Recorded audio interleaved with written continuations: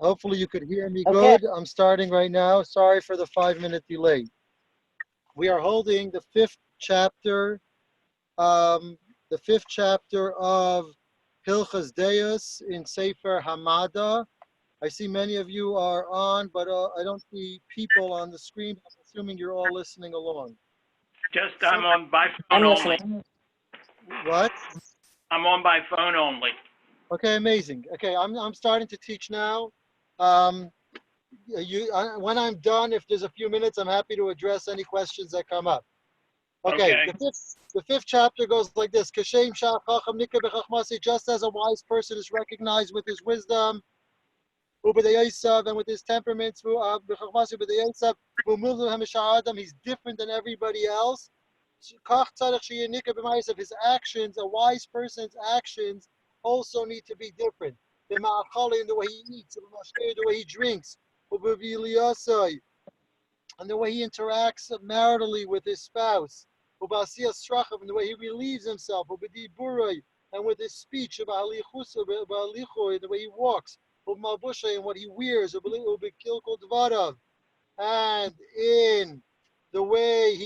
in the way he controls the way he manages the way he speaks. The way he deals in business. All of these actions should be befitting to a chacham, to a wise person. Ketzad, what does this mean? He says, Talmud chacham, a wise person, loye gargran, he should not be a glutton. He should eat foods that are meant for his body. He shouldn't eat abundantly. He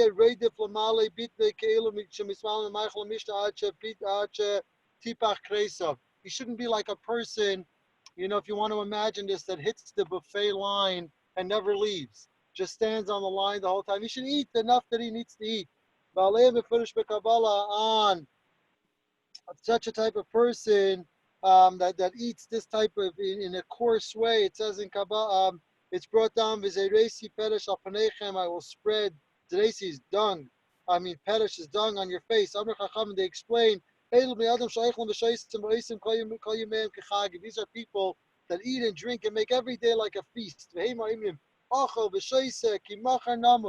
and drink and be merry because tomorrow we will die. This is the way of eating of a wicked person. About these first people, it says that their table is filled with excrement. There is no room, meaning this is just there's too much of you involved in this setting. But a wise person, he eats one or two dishes. He eats what's sufficient. That's it that he needs. This is what Shlomo Melech in Proverbs says: a righteous person eats enough to satisfy his soul. When a wise person eats what he needs to eat, he shouldn't eat it in the open, in public. He should eat it at home, in his own house. The only time you should eat in a store, in open place, is if in a dire need. Because he shouldn't be, it's not a respectful thing in front of other people. You shouldn't eat amongst unlearned people. Not in front of places of people that are eating in a very coarse manner. He shouldn't eat a lot of different meals, even if it's with other wise people. And he should not eat by meals where there is large gatherings. This is about the stature of a wise, influential person. When he's going to eat in public, it should all be because it's a sudas mitzvah. Going sudas erusim in Isuyin, like a wedding. What type of wedding? You're talking about a special person, a learned person that's marrying the daughter of a learned person. And original tzaddikim, original chassidim, the original model of the pious person would not eat in any meal that is not their own. When a chacham, when we're talking about a chacham, we're not talking about a person that's gifted intellectually. We're talking about a person that is a wise, um, in terms of an important person, a leader caliber person. He eats enough wine in order to soften the food in his stomach. Somebody who drinks in a drunken way, he's going to end up losing his wisdom. And if he gets drunk together with simpletons, it's a chilul Hashem, because this person should be a good example. You're not drink wine in the afternoon, even a little. Only if it was part of the meal. Because drinking that is part of a meal is not the type of drinking that will get a person drunk. And you do not, we're only worried about the wine that a person is going to drink independently out of out of after the meal. You with me, people? Yes. Good. Alpha piece. First we Yeah. spoke about eating. So now he talks about the next category, which he talks about intimacy. He says like this: Alpha pisha ishte shaladam mutaris leitam. Even though a person's spouse, I'm assuming they're not in a state of anida, they're permitted to be with each other all the time. However, when it talks about this caliber person, it is appropriate for a Talmud Chacham to conduct himself on an extra level of sanctity. He should not be found or together with his wife like a rooster. He says a rooster is an example of a creature that is excessively intimate. Ella milela Shabbos lela Shabbos im yesh lekayach. And he says it should be once a week, from Friday night to Friday night is an appropriate time for a righteous person. And when a person speaks with her, when he's speaking in a romantic language, it shouldn't be in the beginning of the night when his stomach is full, and not on the end of the night when he's hungry. Middle of the night, when his stomach processes the food. You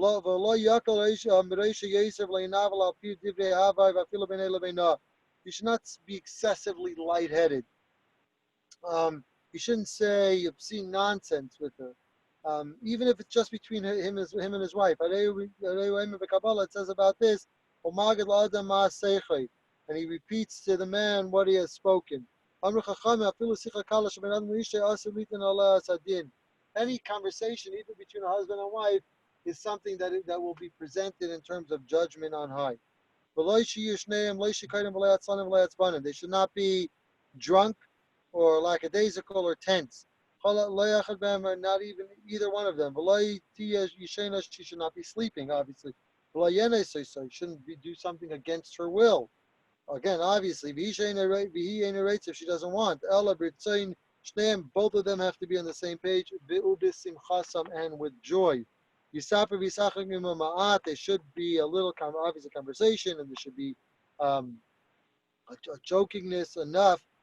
Kadesh Yisashim, not so that the people, they should be in the mood, the Yival, the Busha Ba'azos, and they should be intimate in a modest way and not in a bold way. The Yifish Miyad, and after that they should separate. So again, this is talking about a Talmud Chacham.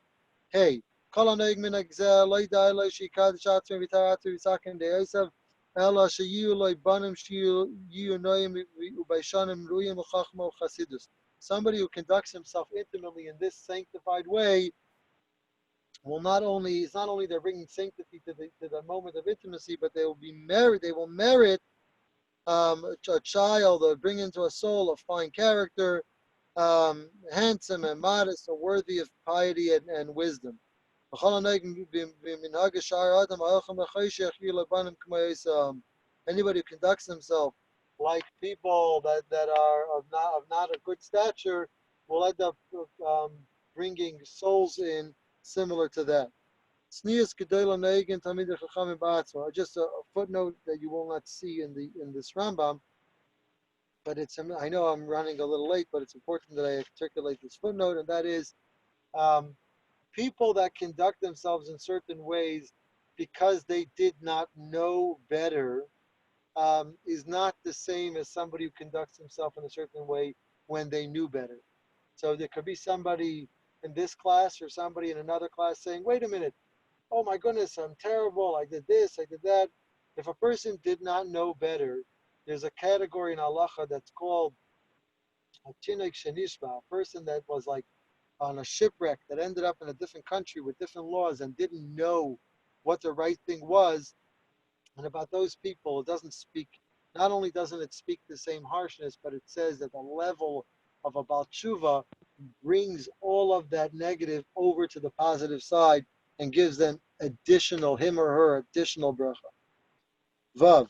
Tznius kedei l'noigim tamid chachamim ba'atzmam. Torah sages conduct themselves in an exceptionally modest way. Le'izbazav le'igal l'reishim le'gufim. They shouldn't uncover their head or their body. V'afilu b'shosh yikanas l'beisakisi yitzenu v'le'igal gadav ad sheyeshev. Even when they go to relieve themselves, they shouldn't remove their clothing until they're sitting down. V'leikanach b'yamin. He should not wipe himself with his right hand. V'yisrachik mikol adam. He should distance himself. Yikanas cheder l'fnim cheder. He should go a room inside another room. He should go from one chamber into another chamber to relieve himself. If he must relieve himself behind a fence, which means he's not at an actual bathhouse, he needs to relieve himself, or an outhouse. He should move far enough that the person should not be able to hear that he's going to the bathroom.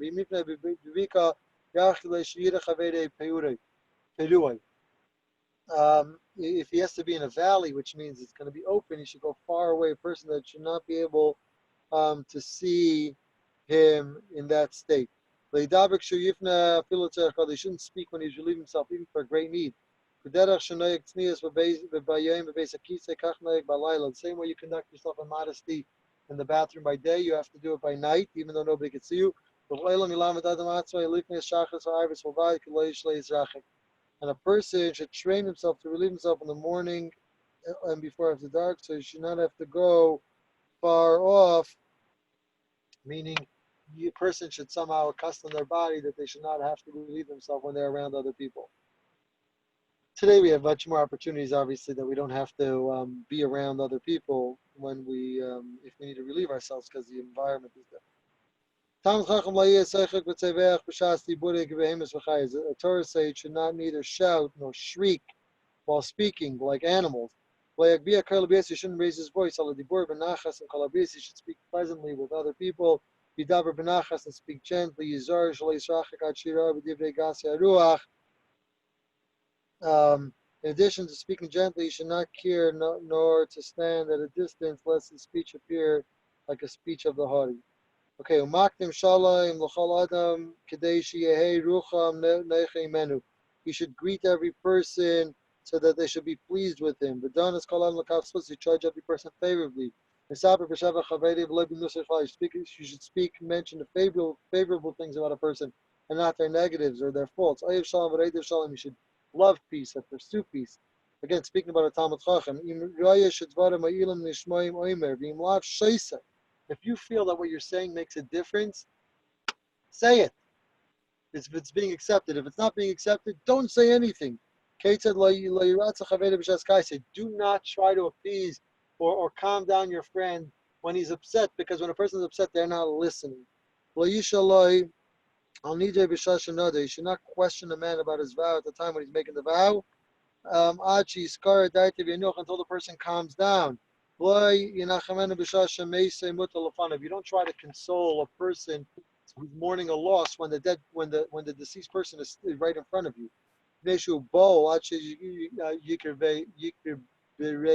because he is unsettled until the burial. And so too, anything along those lines. You should not look at his fellow at the moment of humiliation. He should turn away. He should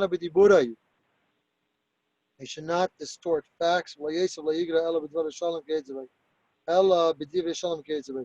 not exaggerate the situation or minimize it, except for the interest of peace. It says about Aaron HaKohen, the brother of Moshe Rabbeinu, that he would say things, he would embellish things, knowing that it would help and when he was asked to reconcile or to help in marriage counseling. The general rule is like this: you only speak words of wisdom or acts of kindness. You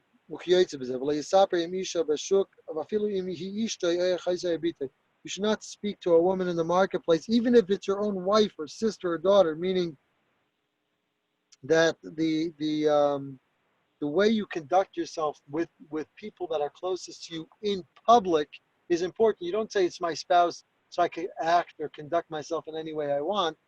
It projects to other people, and for that you have to be very careful. You with me? Yes. Good. Yeah. I'm going to have to go. Yes. What? I continue. You don't walk standing strong like that.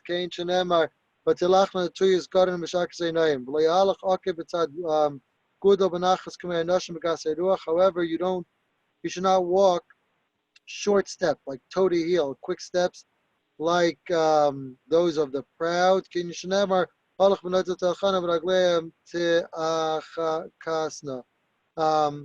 Walking and mimicking as they go, tinkling with their feet. You should not run in the street and act like a madman.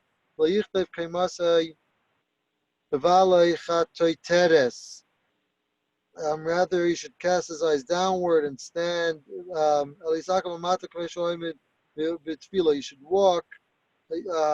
You should bend over like you should be bending over by davening.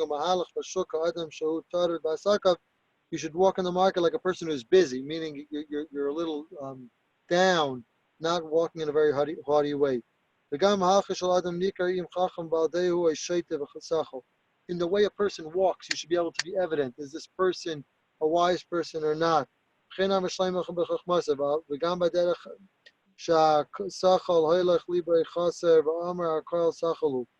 Like Shlomo Melech writes, on the road too, when a fool walks, his mind is empty and he proclaims it all to you. He's basically announcing, I am a fool. He's announcing to everybody that he is a fool. So we spoke about the way a person speaks, the way a person conducts himself in private, the way a person conducts himself in the bedroom. Now Tess continues and says more than that. The clothing of a Talmid Chacham should be clean, should be presentable. A person should not have a stain on his garment. You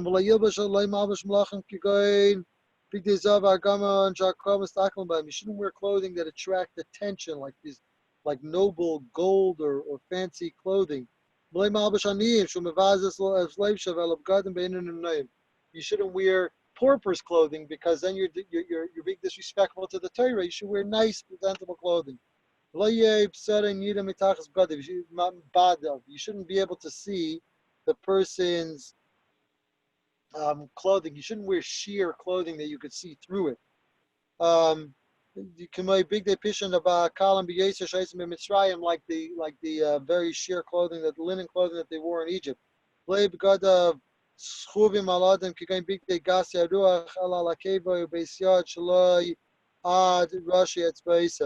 A person's clothes should not drag on the ground. It's not appropriate. And it should not extend beyond your fingers. Your sleeves shouldn't be too long. He should not let his cloak hang down. It creates an impression of haughtiness. On Shabbos, if he didn't change his cloak,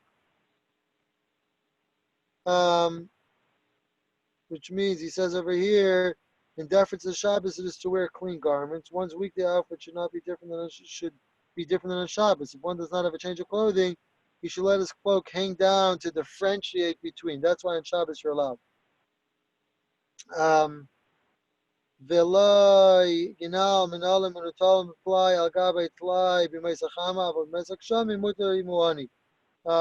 the summer, you should not wear shoes that have often been mended and have many patches, but in the rainy season, you're allowed to if you're poor. You should not go with perfume or cologne. He shouldn't wear it because it attracts its attention. But if he did it in order to remove the filth, he's allowed to. He shouldn't go out alone. Only if he's going out to class. All of this is it's going to arise a question, like why is this person rummaging around alone? Talmud, it wouldn't be appropriate. Talmud Chacham, we continue. Yud, Talmud Chacham, Mishpat. He manages his financial affairs judiciously. He eats and drinks and feeds his family according to the funds that he has without he shouldn't create himself, he shouldn't overburden himself financially. The sages were directed regarding to the ways of the world. He should only eat meat only to his appetite. If you would like to have it. You should eat meat once a week. If he has the resources, he wants to eat meat every day. Excuse me to the vegetarians on the call, but if this person wants to eat meat every day, he's allowed to. You're gonna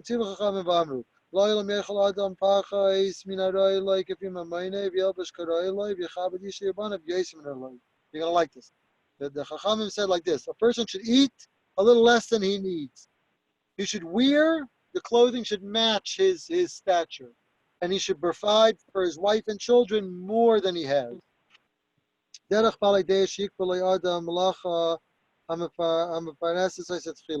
The way it's sensible for a person to establish an occupation which he can support himself, and then after that he should purchase a house to live, and then he should get married. He talks about when they went to war, who's the person that planted a field and did not utilize the field yet. And then it says who's the person that bought a house, and then it says who's the person, this is in Parashat Kiseitz, it's actually coming up in a few weeks, who's the person that married. So it says first you have a field, then which means you have a livelihood, then you have a home, and then you could look for a wife. He's but the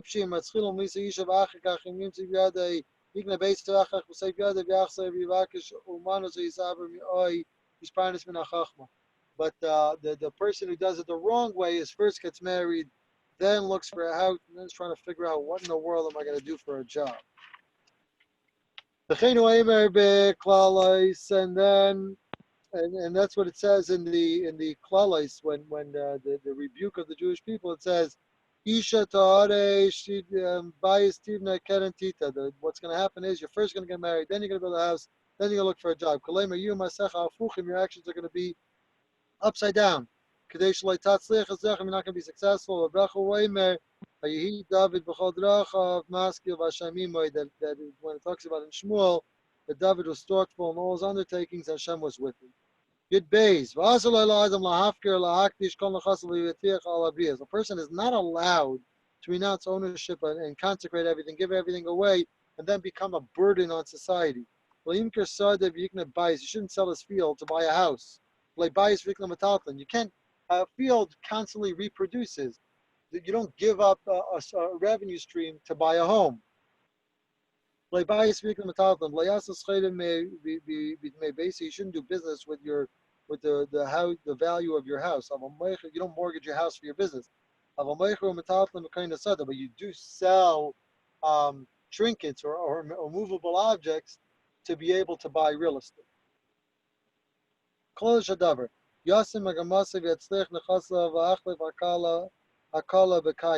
The rule is you aim to improve your financial situation. You exchange impermanent things for permanent things. You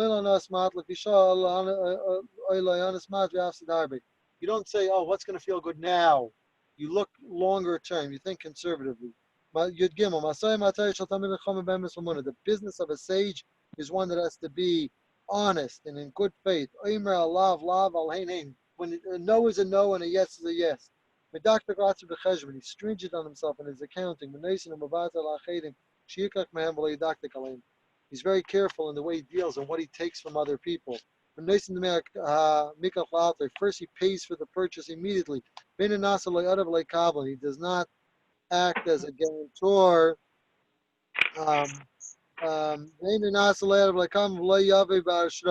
He doesn't accept objects for deposit or act as a debt collector for a lender.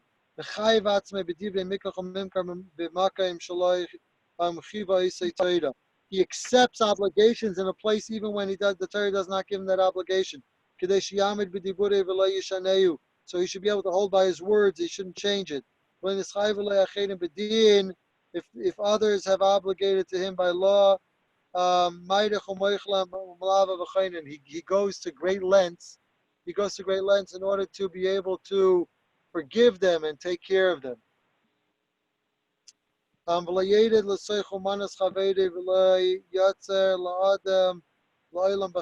does not encroach upon another's occupation, nor does he cause someone discomfort. Klala shall davar. He should be from amongst that are pursued and not the pursuers. He should be the ones who accept humiliation and not the ones who humiliate other people. Somebody who conducts himself in this way, on this the pasuk says, "Hashem li avdi ata Yisrael asher bach espa." And this the pasuk in Yeshaya says, and he said, "You are my servant Yisrael, through whom I will be glorified in the way you conduct yourself." I see that Michal's on. People could be so kind just for a second to go off the video so I could see you, I'd love to say hello just for a second. And if anybody has a question, I would be happy to take a moment or two to address it. So, people, are you with me? Yes, I have a question. Sure. We close out chapter 5. First of all, I'm sorry. Was that presentation good or okay? Okay, it was good. But I Good, have a okay. question. Sure. What period in his life did he write this? Just say your name. I didn't get the name. Earl. Earl. Okay, yeah. Okay. In what period of his life did the Rambam write this? Yes. That's a good question. I will have that answer for you next time I teach you, which will be, God willing, Friday. Okay. I have another source here that's talking about Maimonides was widely criticized because for his audacity in composing a legal code without citing any sources of justifications in his decisions. Are you familiar with that type of criticism? The Rambam was not, at the time, there were those that disagreed when he codified the whole Torah and wrote it the way he did. But historically, there has been dissent amongst the greatest of our sages all the way from the beginning of time. The genius of the Rambam in bridging the sciences, the philosophies, and documenting all of the 613 mitzvahs is unmatched by anybody. And the reason we're on this journey together is to be able to touch on each of the mitzvahs. So true that the Rambam, there may have been descenders at the time. The the um, the the compilation that we have here is one of a kind. Yes, it's really amazing to me too to see that in so many years previous that he should have such ability to understand the physiology of the body. Is just incredible. And just wait till we get to the astronomy and the great detail. Now he uses the Greek astronomers as his base, but the great detail that he comes to halachic rulings based on his understanding of astronomy, and then medically. Now, obviously, the sciences have changed a lot because we've learned a lot more, but the richness to his understanding in these topics is phenomenal. Yes, I agree. It's just I'm just so happy that you all have offered this so that we could, because I wouldn't take it upon myself to try to read this volume of work, but I appreciate the fact that we have this opportunity to have you and your colleagues to give us the time to listen to you explain it. Oh, my pleasure. It's a real honor for me to be able to learn together with you. All right, well, you have a good day, and thank you again. Sure. Anybody else with a question? Rabbi, Yes. thank you. Thank you, everybody. Guys, have a great day. Rabbi, it was great. Thank you. Thank you. We'll see.